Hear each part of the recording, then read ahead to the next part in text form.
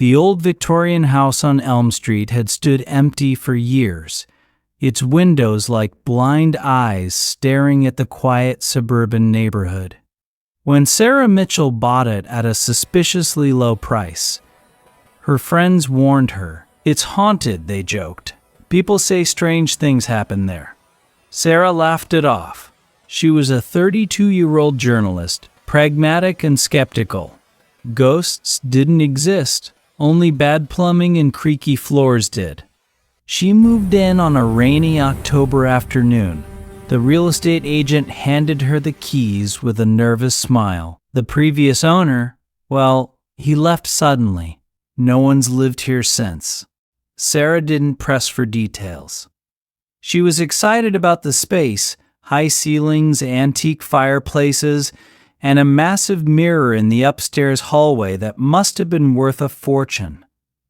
That first night, as she unpacked boxes in her new bedroom, Sarah caught her reflection in the hallway mirror from the open door. She paused. Something felt off. Her reflection seemed to linger a second too long after she turned away. "Jet lag from the move," she muttered, shaking her head. The next morning, Sarah woke to the sound of whispering, faint, like voices from another room. She checked the house. Empty. The whispers stopped when she moved. Probably the wind through old vents, she thought. Work kept her busy. As a freelance writer for a local magazine, she was researching a story on missing persons in the area. There had been a spike in disappearances over the last decade. Young women, all vanishing without a trace. The police called them runaways. Sarah suspected something darker.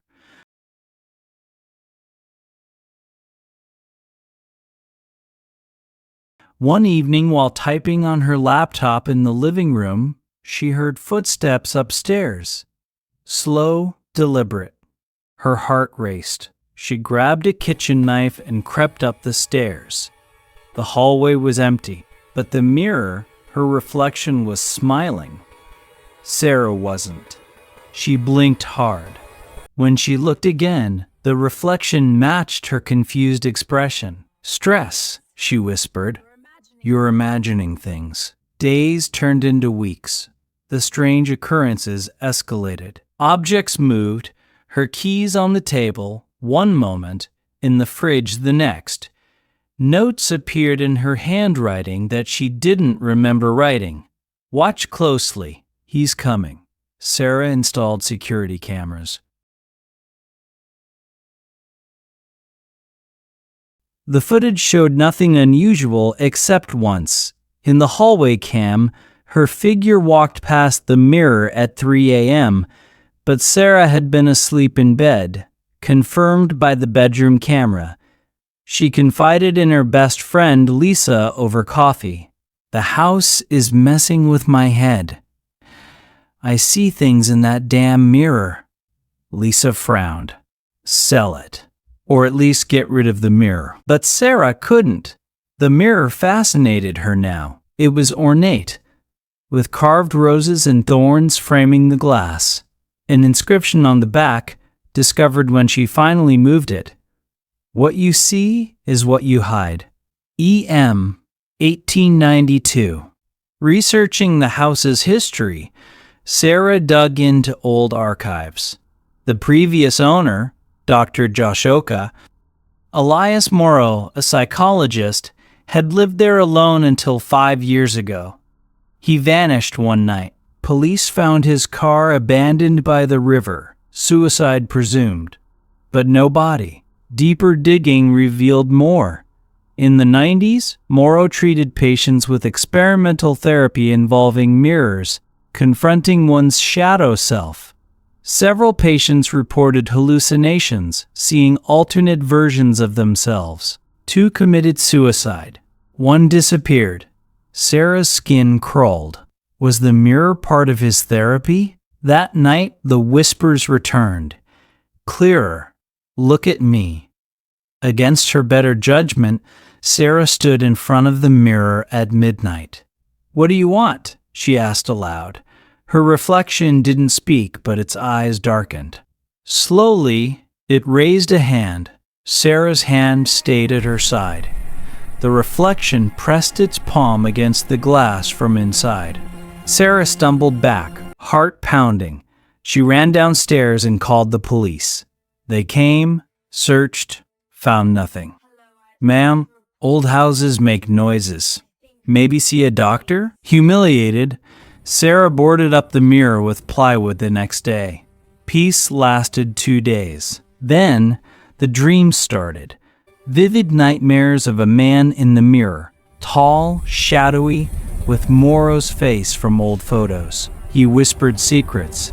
Sarah's childhood fears, her failed marriage, the abortion she never told anyone about.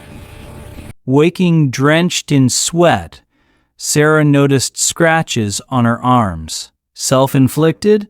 She didn't remember. Her work suffered. The missing persons article obsessed her.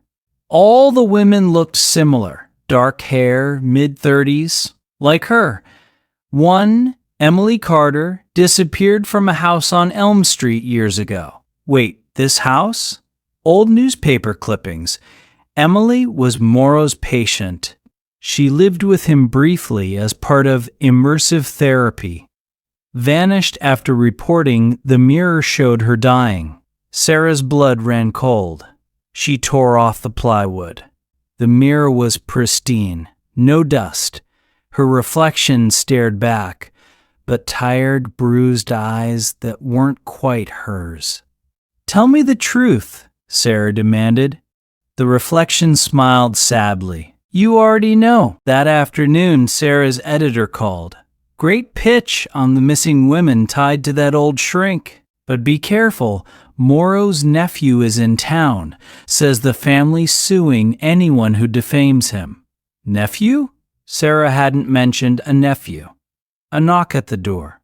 Through the peephole, a man in his 40s, handsome, smiling. "Sarah Mitchell, I'm David Morrow. Elias was my uncle. I heard you're researching the house. Mind if we talk?" Against every instinct, Sarah let him in. He was charming, sympathetic.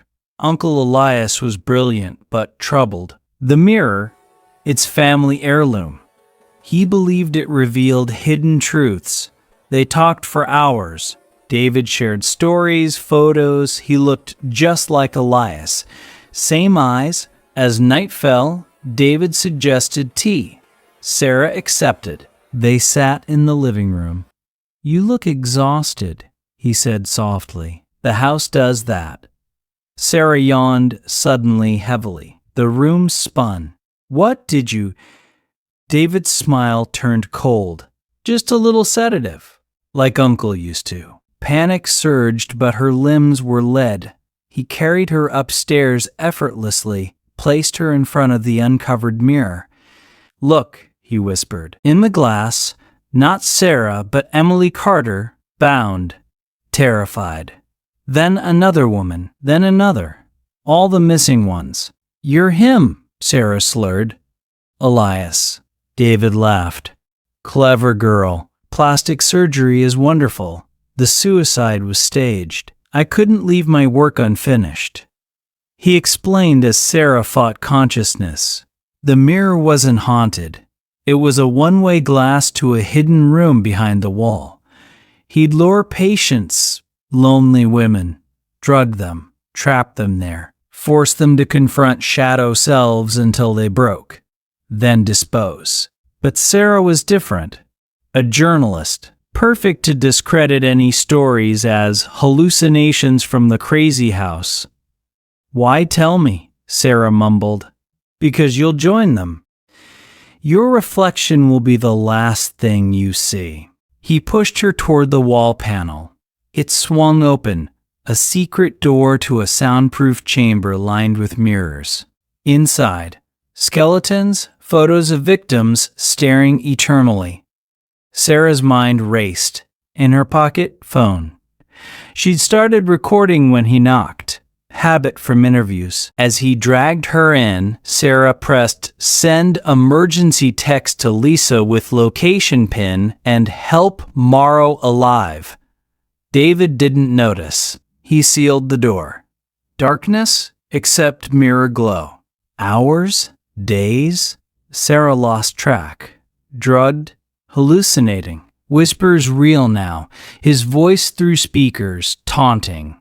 But then, banging. Voices. Police? The door burst open. Flashlights. Lisa had gotten the text. Called cops. David Elias lunged, knife flashing. Shots rang out. He fell. Sarah collapsed into arms. Later in hospital, "You saved yourself," the detective said. Recording caught everything. The house was demolished. Mirror shattered. But months later, in her new apartment, Sarah hung a small antique mirror. Gift from Lisa. One night, brushing teeth, she glanced up. Her reflection winked. Sarah froze. Slowly it mouthed, "Thank you for freeing us." Then matched her smile perfectly. Or did it? Was it over? Or had something followed? Sarah never knew, but she never looked in mirrors at night again.